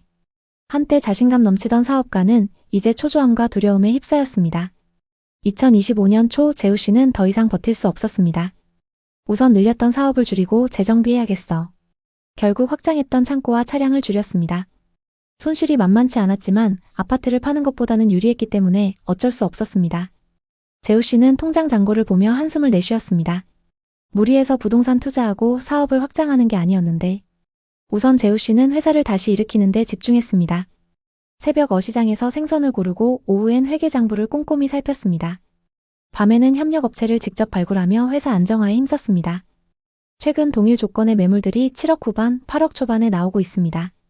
아직도 손실이 3억 이상으로 크지만 마음을 다잡고 사업에 몰두하고 있습니다. 다시 벌면 돼. 앞으로 절대 무리하지 않아. 재우 씨의 사례는 갭 투자와 재건축 투자의 위험성을 동시에 보여주는 대표적인 사례입니다. 이 사례 말고도 부산광역시에는 많은 투자 실패 사례가 있습니다. 부산에 대체 무슨 일이 일어나고 있는 걸까요? 전반적인 분위기와 또 다른 하락 사례들을 하나씩 살펴보겠습니다. 2025년 부산 부동산 시장은 신축 아파트 미분양과 구축 아파트 가격 하락이 겹쳐 좀처럼 상승 전환이 안 되고 있습니다. 특히 마린시티와 해운대 같은 고급 주거지의 프리미엄 아파트마저 큰 폭으로 하락하고 있습니다. 부산에서 가장 좋다고 평가받는 LCT와 두산 이브더 제니스는 최근 1-2년 사이 최대 5억 이상 하락했습니다. 예를 들어 LCT의 경우 고점 대비 40% 가까이 가격이 떨어지며 매물이 쌓이고 있습니다. 이는 부산 부동산 시장의 수요와 투자 심리 위축을 보여줍니다. 2025년 6월 기준 부산의 미분양 아파트는 4,565가구로 전월 대비 증가했습니다. 특히 완공 후 미분양은 2,261가구로 2달 연속 2,000가구를 넘었습니다. 예를 들어 강서구 에코 델타시티의 아테라는 분양가 상한제에도 불구하고 0.36대 1의 저조한 청약 경쟁률을 기록했습니다. 부산의 아파트 착공 물량은 10년 만에 최저 수준으로 떨어졌습니다. 하지만 현재 수요가 더 부족해서 가격 하락 압력이 더 강하게 작용하고 있습니다. 이처럼 인구 감소, 수요 위축, 미분양 증가로 인해 부산 아파트 시장은 하락세를 이어가고 있습니다. 부산은 2021년과 2022년 초부터 상승세를 타며 많은 사람들의 관심을 끌었습니다. 부산의 부동산 시장은 최근 몇 년간 많은 변화를 겪어왔습니다. 이 변화는 단순히 가격 변동을 넘어서 부산 지역 경제와 주거 환경에 대한 깊은 영향을 미쳤습니다. 특히 최근 몇 달간 부동산 거래가 급격히 둔화되면서 많은 사람들의 우려가 커지고 있습니다. 계속해서 상승 거래됐던 신축 오션뷰 아파트들이 하락세를 보이고 있으며 경매에서의 낙찰가율도 낮은 수준을 유지하고 있습니다. 재건축이 예정된 아파트들의 분담금이 높아지고 있어 투자자들에게 부담을 주고 있습니다. 또한 부산은 일자리 부족과 청년층의 유출 등 경제적 문제로 인해 부동산 시장이 더욱 침체될 가능성이 큽니다. 부산의 매물은 많지만 거래가 이루어지지 않는 상황은 부동산 시장이 쉽게 회복되지 않을 거라는 걸 말해주고 있습니다. 부산 부동산은 여전히 투자 가치가 있지만 부동산을 매수할 때는 신중한 접근이 필요합니다. 이제 부산의 부동산 시장, 특히 비싸게 거래된 지역들의 현재 상황에 대해 자세히 살펴보겠습니다. 먼저 16억까지 거래됐던 수영구 광안동의 아파트를 보겠습니다. 쌍용 예가 디오션입니다. 2014년식 928세대 준신축 단지로 일대에서 주목받고 있습니다. 분양 당시 평당 950만원에서 1000만원 선에 분양했는데요. 역세권의 광안해변 접근성 그리고 광안대교 조망으로 엄청난 상승세를 보였습니다. 생활 인프라가 좋기 때문에 전세와 월세 거래량도 높습니다. 84타입이 2019년 12월 평균 8억 2,500만원이었고 21년 16억에 거래됐습니다. 상승장일 때 1년 반 만에 8억가량 상승 거래됐습니다. 이 아파트의 현재 시세는 어떨까요? 최근 21층 매물이 9억 5,500만원에 거래되면서 고점 대비 6억 이상 하락했습니다. 정말 이 정도로 많이 하락했을까요? 2021년 계약된 매물은 103동 4203호 매물입니다. 매매가 16억에 거래됐는데요. 40대 부부가 실거주 목적으로 상승장에 매수했습니다. 상승기 때 42층 매물이 16억에 거래됐고 최근 21층 매물이 9억 5,500만원에 거래되면서 6억 하락했습니다. 이 두 매물은 층수와 타입 그리고 조망이 많이 차이 나는데요. 최고가에 거래됐던 매물은 초고층의 광안대교 조망으로 이 아파트의 로얄 매물입니다. 동일 조건의 현재 시세를 보면 103동 39층 매물이 12억, 고층 매물은 12억 4천만원에 나와 있습니다. 같은 동의 광안대교 조망 그리고 고층 매물인데도 고점 대비 4억 하락해 있는 상황입니다. 다음은 최고가 16억까지 거래됐던 동래구의 아파트를 보겠습니다. 동래구 온천동에 위치한 동래 럭키입니다. 이 아파트는 1983년식 1536세대의 재건축 단지입니다. 1호선 4호선 동래역 역세권에 롯데백화점과 마트가 가깝습니다. 대지 지분이 크기 때문에 상승장에서 많이 주목받았습니다. 부산의 많은 재건축 단지 중에서도 해안가 대장은 삼익비치, 내륙 대장은 동래 럭키라고 불리고 있습니다. 132타입이 2019년 12월 평균 8억 3천만원이었고 20년 10월 최고가 16억에 거래됐습니다. 짧은 기간 동안 8억가량 상승했습니다. 이 아파트의 현재 시세는 어떨까요? 최근 7층 매물이 10억 5천만원에 거래되면서 고점 대비 5억 5천만원 하락했는데요. 공사비 이슈로 재건축 사업 분위기가 좋지 않기 때문에 하락세가 계속되고 있습니다. 2020년 거래된 매물은 20동 1107호입니다. 매매가 16억에 거래됐는데요. 연제구에 거주하는 40대 투자자가 상승장에 매수했습니다. 최고가에 거래됐던 매물은 20동 11층 매물이고 최근 하락 거래된 매물은 7층 매물입니다. 최고가 대비 34% 하락했는데요. 동일한 조건의 매물들이 얼마에 나오고 있는지 살펴보겠습니다. 동래 럭키 6동 6층 매물이 11억에 나와 있고 20동 12층 매물도 11억에 나와 있습니다. 매물을 12개 부동산에 내놨는데도 거래가 잘 안 되고 있는 상황입니다. 이 다음으로 여러분이 확인하셔야 되는 건 이 지역의 분양 아파트 시세입니다. 그럼 이제 부산의 분양 아파트 분위기를 살펴보겠습니다. 현재 부산에는 거래가 가능한 분양권 매물들이 많이 쌓여 있습니다. 현재 분양권 시세는 어떤지 살펴보겠습니다. 청약 당시 입지 대비 고분양가라는 평가로 미달을 기록했던 아파트를 보겠습니다. 84타입 평균 분양가 5억 9천만원대로 분양을 했는데요. 현재 분양권 시세는 어떨까요? 부산 남구 우암동에 위치한 두산 위브더 제니스 오션시티입니다. 3,000세대가 넘는 대단지이고 26년 입주를 앞두고 있습니다. 인근의 다른 신축 아파트들도 많이 들어설 예정인데요. 일부 매물에 마이너스 프리미엄이 붙어서 나와 있습니다. 115동 4층 매물은 분양가 5억 900만원에서 1000만원이 떨어져서 분양가보다 싸게 나와 있습니다. 다음은 청약 당시 엄청난 경쟁을 보였던 곳입니다. 최고 경쟁률이 47대1을 넘었는데요. 백양산 부암 서희스타일스입니다. 25년 2월 8일부터 9일까지 사전 점검을 진행했고 곧 입주를 앞두고 있습니다. 입주가 다가오면서 마이너스 프리미엄이 붙은 매물이 많이 나오고 있는데요. 101동 3층 매물은 분양가 4억 7,600만원에서 마피 3,400만원이 붙어서 분양가보다 싸게 나와 있습니다. 미분양 현황은 어떤지 살펴보겠습니다. 부산에는 24년 초부터 미분양 매물이 쌓이기 시작했습니다. 조금씩 소진되고는 있지만 아직 5천여 세대의 미분양 매물이 누적되어 있습니다. 누적된 미분양 아파트를 검색해보면 기장과 강서구, 동래구, 그리고 금정구에 입주하는 단지들의 미분양 매물이 쌓인 걸 볼 수 있습니다. 미분양 매물이 많이 쌓여 있다는 건 지역 전체에 안 좋은 소식인데요. 그럼 공급은 어떨까요? 부산에는 2020년부터 4년간 많은 신축 아파트가 공급됐습니다. 미분양 매물이 증가했던 이유도 이것 때문인데요. 다만 24년부터 향후 몇 년 동안 계속 신축 공급이 적습니다. 신축 공급이 적기 때문에 지금 쌓여있는 미분양 매물은 입지가 괜찮은 곳들부터 순차적으로 소진될 걸로 보입니다. 전세와 매매 가격 지수는 하락세가 계속되고 있는데요. 매매 지수는 하락장 이후에도 하락세가 계속되고 있고 전세 지수도 좀처럼 상승 전환이 안 되고 있습니다. 부산 부동산에 대해선 서로 상반된 전망이 있습니다. 해운대는 서울 강남처럼 한정된 입지이니 꾸준히 오른다는 전망도 있고 인구가 줄어들고 경제가 죽어가는 와중에 무슨 수로 오르겠나라는 전망도 있습니다. 어느 쪽이든 미래를 100% 맞출 순 없지만 공통된 사실은 미분양이 많다는 것, 그리고 최근 몇 년 새 최고점 대비 30% 이상 하락했다는 점입니다. 분명 저점보다 소폭 반등하는 구간이 올 수도 있지만 그 폭이 예전처럼 높지 않을 가능성이 큽니다. 여러 전문가들이 얘기하듯 금리나 경기 그리고 부산시의 인구, 정책 방향을 종합적으로 봐야 합니다. 부산이든 다른 도시든 자신이 감당할 수 없는 대출로 뛰어들었다가는 후회할 가능성이 큽니다. 일단 지금 같은 시기에 적금을 하며 자금을 모으고 시장 흐름을 공부해보는 것이 훨씬 안전합니다. 나아가 집을 고를 때도 싸다고 다 좋은 게 아닙니다. 남들이 좋아하고 쉽게 사고팔 수 있는 지역과 단지를 노려야 황금성과 가치가 높습니다. 부산에 관심 있는 분들에게 도움이 됐으면 좋겠네요. 오늘도 영상 봐주셔서 감사합니다. 항상 여러분의 성공적인 투자를 응원하겠습니다. 오늘 영상이 도움되셨다면 구독, 좋아요 부탁드립니다. 감사합니다. 당시 천안 불당동의 신축 아파트는 25평이 매매가 5억 5천만 원, 전세가 4억 5천만 원이었습니다. 그녀는 본인 돈 7천만 원과 신용대출 3천만 원을 합쳐 갭투자로 아파트를 샀습니다. 중개사가 갭투자하면 월급보다 빨리 돈을 벌 수 있다고 했고 부동산 카페에서도 천안은 전세가율이 높아 안전하다는 이야기가 돌았죠. 게다가 주변에서 집값은 절대 안 떨어진다는 분위기가 형성됐어요. 그녀의 첫 투자 불당동 아파트 매수는 순조로웠습니다. 집값은 순식간에 올랐고 그녀는 이 방법을 절친에게도 알려줬습니다.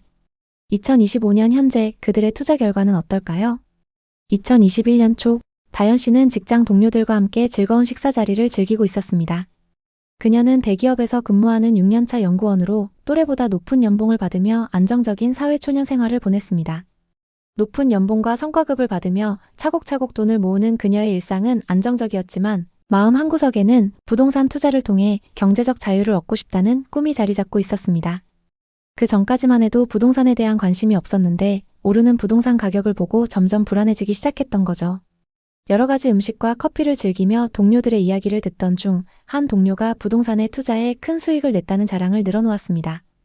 유튜브에서 추천받아서 산 아파트 2년 만에 3억 올랐어 라는 그녀의 말에 다현 씨의 마음은 초조함으로 물들었습니다. 나만 뒤처지는 건 아닐까? 그녀는 다가오는 월세 계약 만료를 떠올리며 불안감이 더 커졌습니다.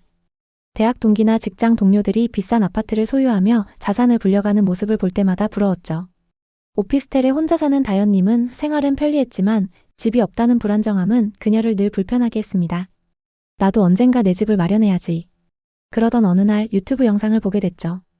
영상 속 부동산 전문가는 천안의 아파트를 추천했습니다. 단돈 5천만 원으로 아파트를 살 수 있어요. 갭투자의 성지 천안으로 오세요. 부동산 투자 공부를 하며 분양권과 갭투자에 어느 정도 지식이 쌓였던 다현님은 당시 비교적 가격이 저렴했던 천안과 아산 지역에 관심이 갔습니다. 마침 친한 친구 승희님이 천안 분양권에 투자해서 1억 이상 수익을 내고 있다는 소식을 들었습니다. 그래서 승희님께 연락해 천안의 부동산을 소개받았습니다. 바로 천안 불당동에 있는 부동산에 방문했죠. 고객님, 이거 지금 놓치면 분명 후회합니다. 현금 얼마 안 들어요. 내년이면 투자 금액 이상으로 법니다. 부동산 실장의 말에 다현님은 솔깃했습니다. 맞아, 지금 아니면 영원히 못 살지도 몰라. 지금까지 모아놓은 돈이면 충분해. 그녀는 고민 끝에 결심했습니다. 당시 천안 불당동의 신축 아파트는 25평이 매매가 5억 5천만 원, 전세가 4억 5천만 원이었어요. 다현님은 본인 돈 7천만 원과 신용대출 3천만 원을 합쳐 갭투자로 아파트를 샀습니다. 중개사가 갭 한 채 돌리면 월급보다 빨리 부자 된다고 했고 부동산 카페에서도 천안은 전세가율이 높아 안전하다는 이야기가 돌았죠. 게다가 주변에서 집값은 절대 안 떨어진다는 분위기가 형성됐어요.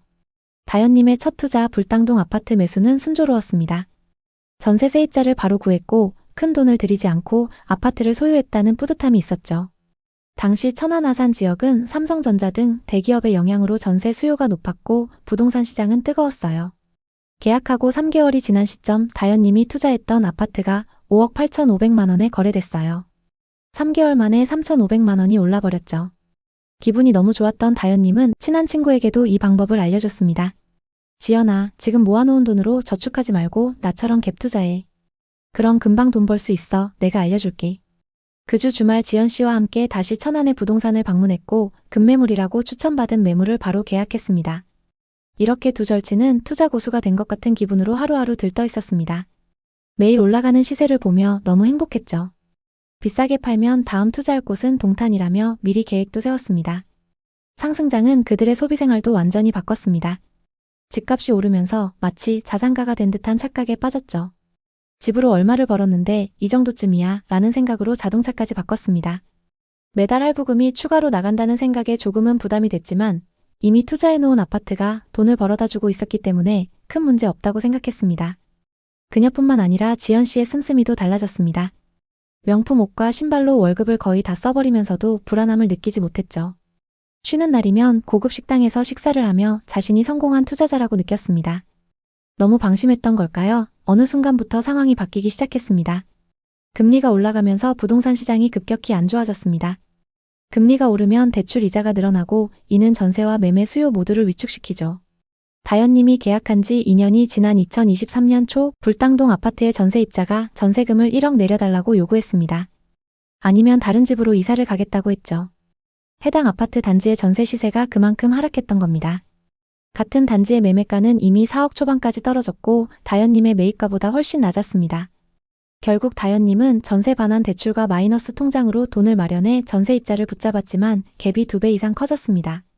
사실 전세를 끼고 매수할 때 투자금이 적다라는 건 일시적일 수 있어요. 전세 보증금은 전세입자가 언제든 반환을 요구할 수 있는 부채입니다. 하락장에서는 더 위험하죠. 다현님은 갭 투자가 안전하다고 생각했기 때문에 이 부채가 나중에 어떤 폭탄으로 돌아올지 몰랐습니다. 다현 씨의 친구 지연 씨도 비슷한 상황에 처했고 두 절친은 집을 산 게 아니라 부채를 산 기분이 들었다고 합니다.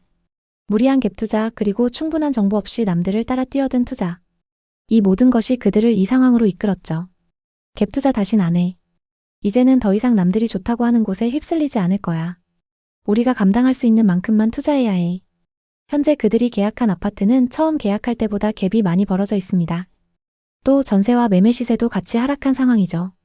이런 투자 실패 사례들은 이 두 사람만의 이야기가 아닌데요. 대체 이 지역에는 무슨 일이 일어나고 있는 걸까요? 부동산 상승기의 천안 아산 지역은 교통개발 호재와 일자리 그리고 신도시 개발로 엄청난 상승세를 보였습니다. 특히 전세와 매매 가격의 차이인 갭이 아주 적었는데요. 이로 인해 소액으로도 투자 가능한 갭 투자가 유행하며 전국의 모든 투자자들이 몰려들었습니다. 그 시기에는 전세 사기 사건들이 발생하기 전이었기 때문에 많은 사람들이 손쉽게 갭 투자를 할 수 있었죠. 이들은 사실상 자기 돈을 거의 들이지 않으면서 전세를 끼고 집을 살 수 있었습니다. 하지만 3년 정도 지난 지금 이들은 떨어진 아파트 가격을 보며 한숨만 쉬고 있습니다. 천안과 아산에서 거의 반토막에 가까운 하락 사례도 나타나고 있는 상황인데요. 한두 건이 아니라 이런 사례가 지금 천안 아산 곳곳에서 일어나고 있습니다. 천안 불당동의 한 아파트를 예로 들면 2021년 중반에는 시세가 평균 9억에서 9억 5천만 원 사이였으나 2023년 초 6억 중반까지 가격이 하락한 것으로 나타났습니다. 현재 거래되는 가격은 일부 회복하긴 했지만 최고가에 비해서 20% 이상 떨어진 상황입니다. 아산시는 북쪽으로 평택, 동쪽으로는 천안에 접해 있습니다. 삼성전자, 삼성디스플레이, 현대자동차 등이 들어서고 신도시가 건설되면서 인구가 꾸준히 늘어나던 곳이라 한동안 상승세를 탄 적이 있었습니다. 천안과 아산은 지리적으로 맞닿아 있어 하나의 생활권이라고 볼 수 있습니다. 이 말은 천안과 아산의 아파트 시세가 같이 움직인다는 뜻이기도 합니다. 실제로 2020년, 2021년 부동산 상승기에 두 지역 모두 가격이 올랐고 하락기에도 비슷한 수준으로 하락했습니다. 탕정에 있는 탕정 삼성 트라펠리스를 예로 들면 21년 10월 최고가 5억 6천만 원에 거래됐지만 25년 3월 3억 6천만 원까지 하락했습니다. 최고가에 비해서 2억이나 하락한 상황인데요. 이러한 변화는 금리 인상, 경제적 불확실성, 그리고 공급 과잉 등이 복합적으로 영향을 미친 결과로 분석됩니다. 이제 천안 아산의 부동산 시장, 특히 비싸게 거래된 지역들의 현재 상황에 대해 자세히 살펴보겠습니다. 그럼 11억 7천만 원까지 거래됐었던 아파트부터 살펴보겠습니다. 천안시 서북구 불당동에 위치한 린스트라우스 2단지입니다. 이 아파트는 2017년식 557세대 최고 31층의 아파트입니다. 신축급 단지의 규모도 크고 불당동 중심 상권도 가깝기 때문에 전세와 월세 수요가 높습니다. 아산 탕정과 배방이 인접해 있고 천안 아산역 접근성도 좋습니다. 113타입 분양가는 4억 1천만 원이었고 21년 최고가 11억 7천만 원에 거래됐습니다. 상승장일 때 분양가에서 7억 6천만 원이나 상승했습니다. 이 아파트의 현재 시세는 어떨까요? 최근 6층 매물이 9억 4천만 원에 거래되면서 고점 대비 2억 3천만 원이나 하락했는데요. 정말 이 정도로 많이 하락했을까요? 거래 내역을 살펴보면 2021년 205동 1001호 매물이 11억 7천만 원에 거래됐는데요. 이 아파트에 전세로 거주하던 40대 부부가 상승장 끝물에 매수했습니다. 최고가에 거래됐던 매물하고 최근 9억 4천만 원에 거래된 매물은 각각 6층과 10층으로 층수가 조금 차이 납니다. 층수별 시세를 비교해 보겠습니다. 최고가에 거래됐던 매물은 10층 매물이고 최근 하락 거래된 매물은 6층 매물입니다. 중층 이상 매물로 얼마나 빠졌는지 확인해 보겠습니다. 최고가에 거래된 매물과 같은 동인 205동의 매물이 나와 있는데요. 26층 매물이 9억 5천만 원에 나와 있습니다. 최고가 대비 2억 2천만 원가량 저렴하게 나와 있습니다. 현재 전세 5억의 임차인이 거주 중이기 때문에 현금 4억 5천만 원으로 매수가 가능합니다. 다음은 천안 성성동에 위치한 아파트인 천안 레이크타운 3차 푸르지오입니다. 신축 대단지인 만큼 전세와 월세 수요가 높은데요. 2020년식 1067세대의 신축 대단지입니다. 입주 시기가 상승장과 맞물리면서 엄청난 상승을 기록했습니다. 성성 호수공원과 삼성사업장이 가깝고 이마트를 포함해서 중심 상권 이용도 편리합니다. 84타입 분양가는 3억 3천만 원이었고 22년 최고가 7억 6천8백만 원에 거래됐습니다. 상승장일 때 분양가에서 4억 4천만 원이나 상승했습니다. 이 아파트의 현재 시세는 어떨까요?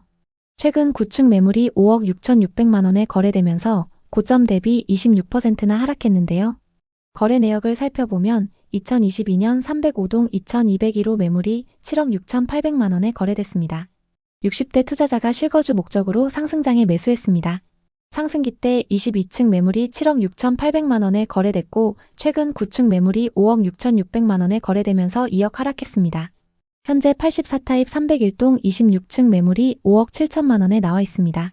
10개 부동산에 내놨는데요. 고층 매물 기준 고점 대비 아직 2억 정도 하락해 있는 상황입니다. 다음은 천안과 아산의 분양 아파트 분위기를 살펴보겠습니다. 현재 천안과 아산에는 거래 가능한 분양권 매물들이 많이 쌓여 있는데요. 현재 분양권 시세는 어떤지 살펴보겠습니다. 먼저 천안의 분양 아파트부터 보겠습니다. 청약 당시 고분양가 논란으로 미달을 기록했던 힐스테이트 두정역입니다. 84타입 평균 분양가 5억 4천8백만 원대로 분양을 했는데요. 현재 분양권 시세는 어떨까요? 1호선 두정역 인근에 위치한 단지로 997세대이고 곧 입주를 앞두고 있습니다. 인근에 25년 입주하는 단지들이 있어서일까요? 대부분 매물에 마이너스 프리미엄이 붙어 있습니다. 현재 84타입 매물 중에는 분양가에서 3,500만 원까지 하락한 마피 매물이 있습니다. 105동 16층 매물이 분양가 5억 4,300만 원에서 3,500만 원 떨어져서 나와 있습니다. 다음은 아산입니다. 청약 당시 99타입을 제외하고 미달을 기록하면서 흥행에 실패했던 한신 더유입니다. 이 단지는 아산 중심부에서 벗어난 입지에 들어설 예정입니다. 그래서인지 현재 대부분 매물에 마이너스 프리미엄이 붙어서 나오고 있습니다. 25년 하반기 입주 예정인데요. 현재 104동 7층 84타입 매물은 분양가 4억 6백만 원에서 마피 2,500만 원이 붙어서 분양가보다 싸게 나와 있습니다. 이어서 미분양 현황입니다. 천안에는 24년 하반기에 미분양 매물이 쌓였다가 점차 소진됐는데요. 현재 적정 수준 이하의 매물이 누적되어 있습니다. 아산에는 23년 이후 미분양 매물이 쌓이기 시작했습니다. 최근 조금 감소하긴 했지만 아직 1,600세대 이상의 매물이 쌓여 있습니다. 앞서 살펴본 분양권에 마이너스 프리미엄이 붙어있는 이유를 알 수 있을 것 같습니다. 그럼 공급은 어떨까요? 천안에는 2023년과 2024년 수요보다 많은 신축 아파트가 공급됐습니다. 다만 26년과 27년에는 적정 수준으로 공급될 예정인데요. 현재 누적되어 있는 미분양 매물도 거의 없기 때문에 입지가 좋은 곳부터 상승할 가능성이 있습니다. 아산에는 27년까지 수요보다 많은 아파트가 공급될 예정입니다. 현재 누적되어 있는 미분양 매물이 소진되려면 시간이 꽤 걸릴 것 같습니다. 전세와 매매 가격 지수는 천안 서북구와 아산의 전세 지수가 눈에 띄는데요. 매매 지수는 좀처럼 반등의 기미가 안 보이지만 전세 지수 상승폭이 커지고 있습니다.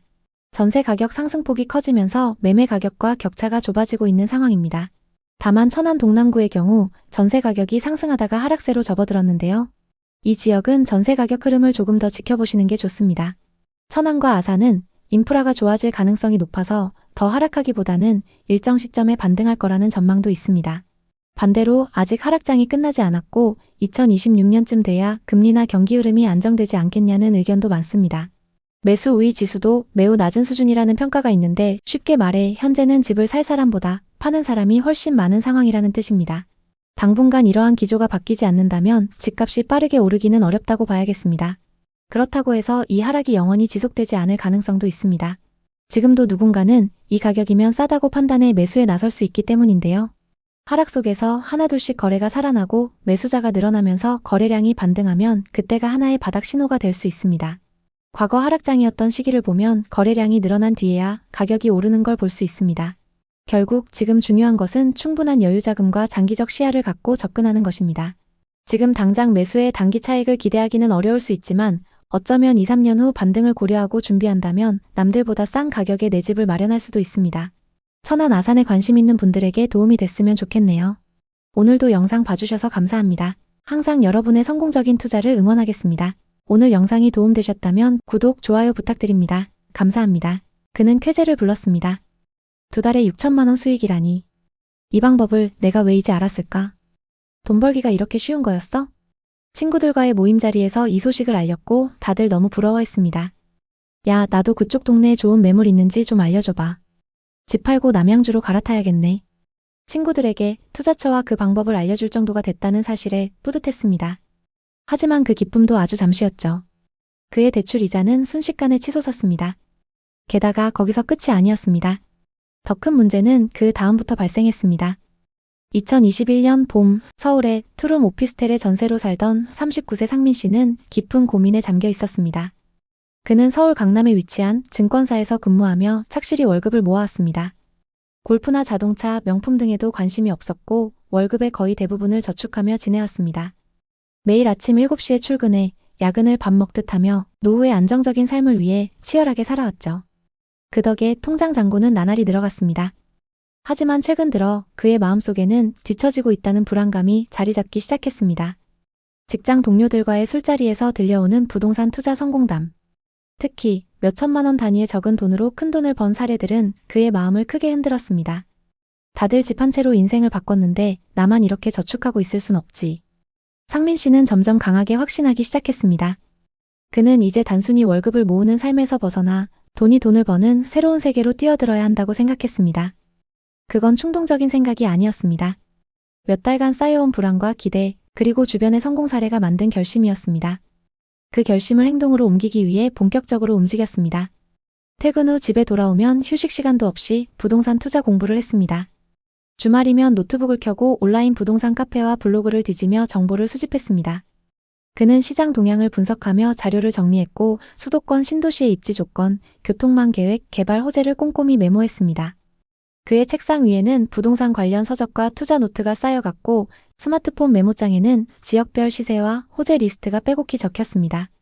상민 씨는 특히 남양주 다산 신도시에 주목했습니다. 8호선이 연장되면 교통이 뚫리고 서울과 가까운 신도시이기 때문에 크게 오를 거야. 친구 중 한 명이 남양주에서 갭 투자로 2억 가까이 수익을 냈다는 이야기는 그의 결심을 더욱 굳히는 계기가 되었습니다. 상민 씨는 이 기회를 놓치고 싶지 않았습니다. 그는 주말마다 시간을 내서 부동산을 방문했고 매물을 계속 찾아다녔습니다. 지금이 아니면 평생 후회할 거야. 그는 그렇게 자신을 다잡았습니다. 남양주는 당시 부동산 시장에서 확실한 투자처로 불리며 투자자들의 뜨거운 관심을 받고 있었습니다. GTX, 8호선 연장, 왕숙지구 개발 등 각종 호재가 쏟아졌고 부동산 유튜버들은 지금 사지 않으면 앞으로 기회가 없다며 투자자들을 부추겼죠. 상민 씨는 그 열기에 완전히 휩싸였습니다. 그는 주말마다 다산 신도시를 직접 방문해 현장을 둘러봤습니다. 새로 지어진 아파트 단지와 신도시 인프라를 보며 이곳이 곧 수도권의 새로운 중심지로 떠오를 것이라는 확신이 들었습니다. 부동산에서 매물을 브리핑 받던 중 딱 마음에 드는 매물이 나왔습니다. 고객님, 이제 이 가격으론 다산 신도시에 집 못 사요. 갭으로 사면 충분히 가능하십니다. 상민 씨가 선택한 아파트는 다산 신도시 다산동에 있는 2018년식 전용 82타입이었죠. 매매가는 8억 6천만 원이었습니다. 1년 반 만에 2억이 오르면서 이미 고점이라는 우려의 목소리도 있었지만 그는 이건 마지막 기회야, 조금 더 오를 거야 라며 망설이지 않았습니다. 전세는 5억 5천만 원으로 맞췄고 나머지 금액은 모았던 자본과 신용대출로 충당했습니다. 이른바 갭투자였죠. 적은 자본으로 큰 수익을 기대할 수 있는 이 전략은 상민 씨에게 꿈의 지름길처럼 보였습니다. 계약서를 쓰는 순간 그의 가슴은 설렘과 긴장 그리고 희망으로 가득 차 있었습니다. 그는 부동산의 책상에 앉아 펜을 쥐고 떨리는 손으로 서명을 하며 미소를 지었습니다. 이 집이 내 인생을 바꿀 거야. 상민 씨는 그렇게 굳게 믿었습니다.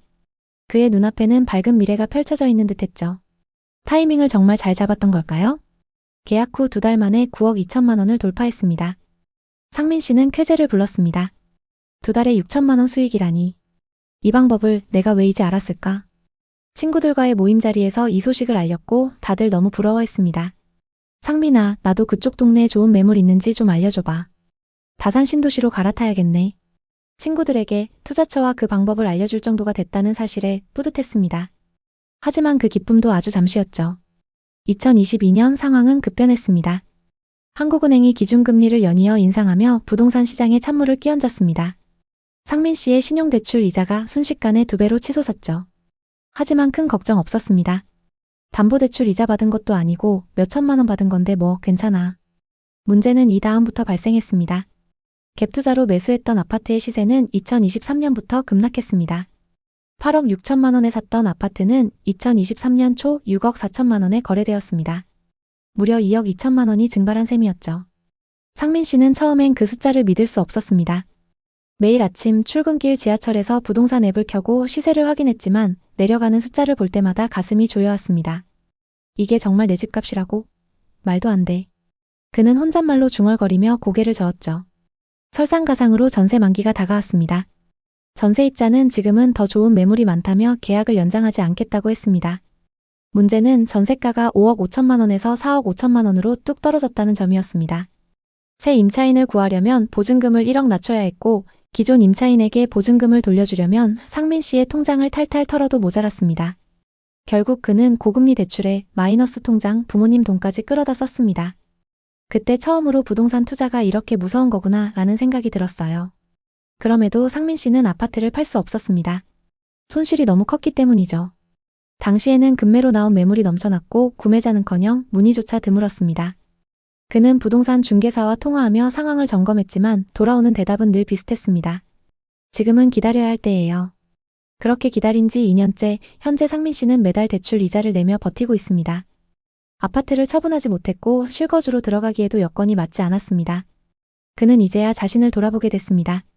한 번쯤은 저도 부동산으로 성공할 줄 알았어요. 다들 그렇게 돈 벌었고 안 하면 뒤처질 것 같았거든요. 그는 부동산 투자를 완전히 포기한 건 아닙니다. 다만 접근 방식이 달라졌죠. 다시 한다면 감당할 수 있는 자금으로 시작할 거예요. 호재나 유튜브 말만 믿지 않고 전세가율, 매물량, 금리 같은 숫자를 먼저 볼 거고요. 2025년 5월 상민 씨 아파트의 동일 평형이 7억 7천만 원에 거래됐습니다. 2023년 하락장일 때보단 많이 회복했죠. 하지만 아직도 1억가량 손실 중입니다. 본전까지 회복하려면 대체 언제까지 기다려야 하는 걸까요? 남양주 부동산 시장은 대규모 택지지구 개발과 지하철 호재를 등에 업고 지난 몇 년간 뜨거웠습니다. 새롭게 개발된 다산 신도시, 별내지구, 그리고 지하철 8호선 연장 소식 등으로 많은 투자자들이 몰렸던 곳입니다.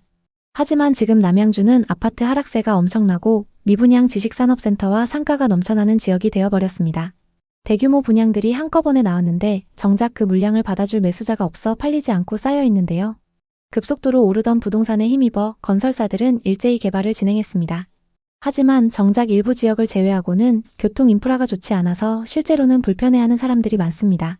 부동산 분위기가 급격히 안 좋아지면서 시장에 매물이 쌓이고 투자자들의 발길이 끊기자 가격은 급격히 하락하기 시작했습니다.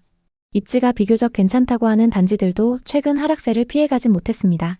와부읍 덕소리의 남양주 덕소 동부센트레빌 전용 84타입은 2021년 7월에 9억 2천만 원에 거래됐지만 이후 점점 떨어져 25년 3월에는 5억 6천만 원에 거래됐습니다.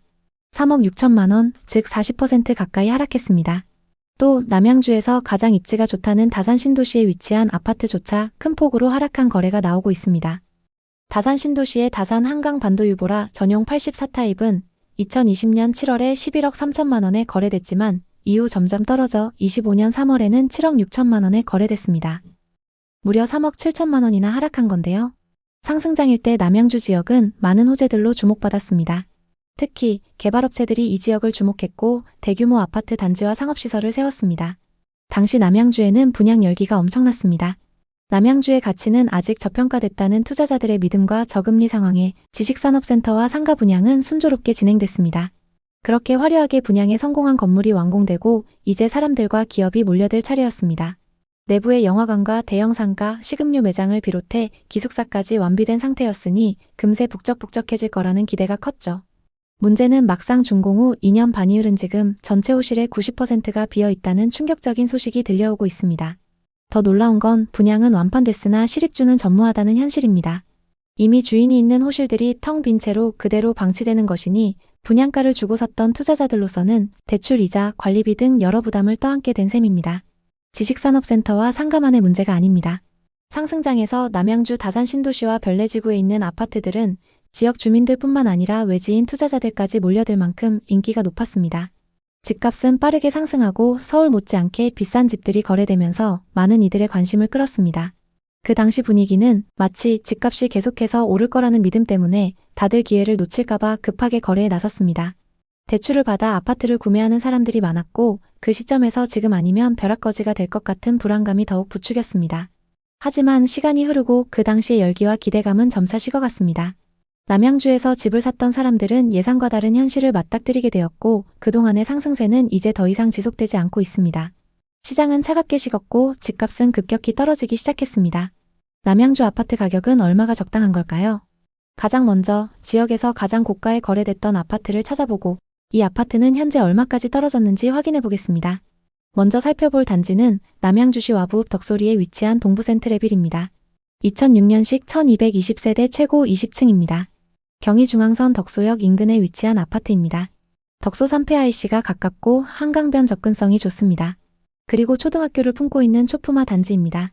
84타입이 21년 최고가 9억 2천만 원에 거래됐습니다. 그리고 최근 5억 4천만 원 선에 거래되면서 최고가 대비 3억 8천만 원 하락했습니다. 84타입의 2019년 말 거래 가격은 3억 8천만 원이었고 상승장일 때 5억 이상 상승했습니다. 그랬던 아파트가 최근 최고가 대비 3억 8천만 원 하락했습니다. 거래 내역을 자세히 한번 살펴보겠습니다. 21년 10월 덕소 동부 센트레빌 104동 1703호가 계약됐는데요. 84타입 기준 매매가 9억 2천만 원으로 이 아파트에서 가장 최고가에 거래됐습니다. 남양주에 거주하시는 분이 투자한 걸 확인할 수 있습니다. 그럼 현재 시세는 어떤지 확인해 보겠습니다. 최근 거래된 이력을 보면 17층 매물이 5억 4,500만 원에 거래됐습니다. 최고가 매물과 동일층 매물인데도 3억 8천만 원이나 하락했습니다. 정말 이 정도로 하락한 걸까요? 거래 내역을 자세히 살펴보면 이 매물은 거래가 취소된 걸 알 수 있습니다. 어떤 사정으로 거래가 취소됐는지는 알 수 없지만 등기 이전까지 되진 않았네요. 이후 11층 매물이 5억 4천만 원에 거래된 걸 보면 현재 중층 시세가 이 정도라고 보시면 될 것 같습니다. 타입도 동일하고 저층이 아닌데도 9억 2천만 원 대비 3억 5천만 원 이상 하락했습니다. 고점 대비 너무 많이 하락해서 매수 가격까지 회복하려면 시간이 꽤 걸릴 것 같습니다. 또 다른 아파트를 살펴보겠습니다. 다산 신도시에 위치한 다산 한강 반도유보라입니다. 앞서 살펴본 덕소 매물만큼 하락폭이 큰 아파트입니다. 2019년식 1261세대로 신도시 신축 단지인 만큼 임차 수요가 높습니다. 다산 중심 상권 접근성이 좋고 강변북로가 가까워서 서울 출퇴근이 용이합니다. 왕숙천과 한강공원이 가까워서 생활 인프라도 좋습니다. 22년 다산 한강 반도유보라 7407동 3003호가 계약됐는데요. 84타입 기준 매매가 11억 3천만 원으로 이 아파트에서 가장 최고가에 거래됐습니다. 이분도 역시 상승장 끝물에 매수하셨는데요. 소유자 현황을 보면 남양주에 거주하시는 분이 투자하셨습니다. 그럼 현재 시세는 어떤지 확인해 보겠습니다. 상승기 때 최고가 11억 3천만 원에 거래됐고 최근 22층 매물이 7억 7천만 원에 거래됐습니다. 최고가 대비 무려 3억 6천만 원이나 하락했습니다. 이렇게 많이 하락한 게 맞는지 자세히 한번 보겠습니다. 일단 최고가에 거래됐던 이력을 보면 7,407동 30층 매물이고 최근 거래된 매물은 22층입니다. 최고가에 거래됐던 매물은 해당 동에서 가장 탑층 매물인데요. 최고가에 거래됐던 매물이 탑층 매물이기 때문에 일반 매물과 비교하기엔 무리가 있습니다. 같은 아파트 단지라고 하더라도 고층 매물과 저층 매물은 가격 차이가 심하게는 몇 억씩 차이 나는 경우가 있습니다. 이 아파트의 경우에도 탑층 매물은 저층 중층 매물에 비해 거래 금액이 높을 수밖에 없습니다. 그래서 여러분이 거래 금액을 비교하실 때는 동호수를 정확히 파악하신 후에 그것과 비슷한 매물하고 비교하시는 게 좋습니다. 최고가 매물이 탑층 매물이긴 하지만 22층이면 고층에 해당하는데도 고점 대비 3억 6천만 원이나 하락한 상황입니다. 현재 시세는 어떤 상황일까요? 지금 매물로 나와 있는 호가를 한번 확인해 보겠습니다. 현재 84타입 탑층 매물의 호가 시세는 11억입니다. 그리고 84타입 저층 매물의 호가 시세는 7억 9천만 원입니다. 탑층과 저층 매물의 시세가 3억 이상 차이 나는 걸 볼 수 있습니다. 그럼 이제 분양권 상태로 거래 중인 단지의 분위기를 살펴보시면 되는데요. 청약 당시 59타입 최고 경쟁률 8대1을 기록했던 남양주의 분양 아파트를 보겠습니다. 도심역 한양수자인 리버파인입니다. 84타입 기준 분양가 6억 6천만 원으로 주변 단지들 대비 비싸게 분양했는데요. 지금 분위기는 어떤지 한번 보겠습니다. 908세대의 이 아파트에는 지금 분양권 매물이 꽤 나와 있습니다. 분양가보다 높게 나와 있는 매물이 대부분인데요. 비인기 매물 중에는 분양가 그대로 나온 것도 있습니다. 84타입 기준 프리미엄이 5천만 원까지 높게 나온 매물도 있습니다. 다산이나 별내지구만큼 좋은 입지는 아니지만 한강변에 역을 끼고 있으면서 주변에 신축 아파트가 없기 때문에 신축 프리미엄이 붙어서 나오고 있습니다. 지금 남양주에는 분양권 매물이 다른 지역에 비해 적은 상황입니다. 특히 아파트 매물은 거의 없는데요. 분위기가 안 좋은 상황에서도 프리미엄이 붙는 이유는 신축 분양 아파트가 적기 때문인 걸로 보입니다. 이 다음 확인하셔야 하는 건 지역 전체의 미분양 매물 현황인데요. 남양주의 상황은 어떤지 살펴보겠습니다. 2020년부터 계속적으로 미분양 매물이 감소하더니 22년에는 거의 남아있지 않았습니다. 2023년 일부 증가하긴 했지만 적정 수준을 유지하고 있습니다. 미분양 매물이 거의 없는 만큼 신축 아파트에 대한 분위기가 다른 지역에 비해 좋은 상황입니다. 다음 보셔야 하는 건 공급 물량입니다. 남양주에서는 2021년, 2022년 수요에 비해 공급이 많았습니다. 그치만 23년부터 신축 아파트 공급이 줄어들었고 향후 몇 년간은 공급이 적게 예정되어 있는데요. 공급이 적은 만큼 신축 아파트가 귀해지는 현상이 나타날 수 있습니다. 그렇게 되면 지금은 더딘 편이지만 가격이 급격하게 상승 전환될 수 있습니다. 앞서 살펴봤던 분양권 시세에 신축 프리미엄이 붙은 이유를 알 수 있을 것 같습니다.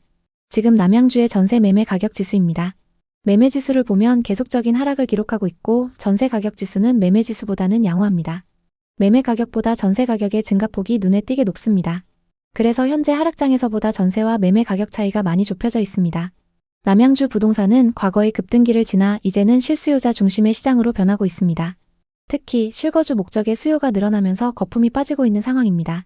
일부 아파트 단지들은 저점을 다지고 있지만 지식산업센터와 상업시설의 공실, 교통 등 여러 요인들이 복합적으로 작용하고 있기 때문에 남양주 부동산 투자를 고려하는 사람들은 신중한 판단이 필요합니다. 남양주 부동산에 관심 있는 분들에게 도움이 됐으면 좋겠네요. 오늘도 영상 봐주셔서 감사합니다. 항상 여러분의 성공적인 투자를 응원하겠습니다. 오늘 영상이 도움되셨다면 구독, 좋아요 부탁드립니다. 감사합니다.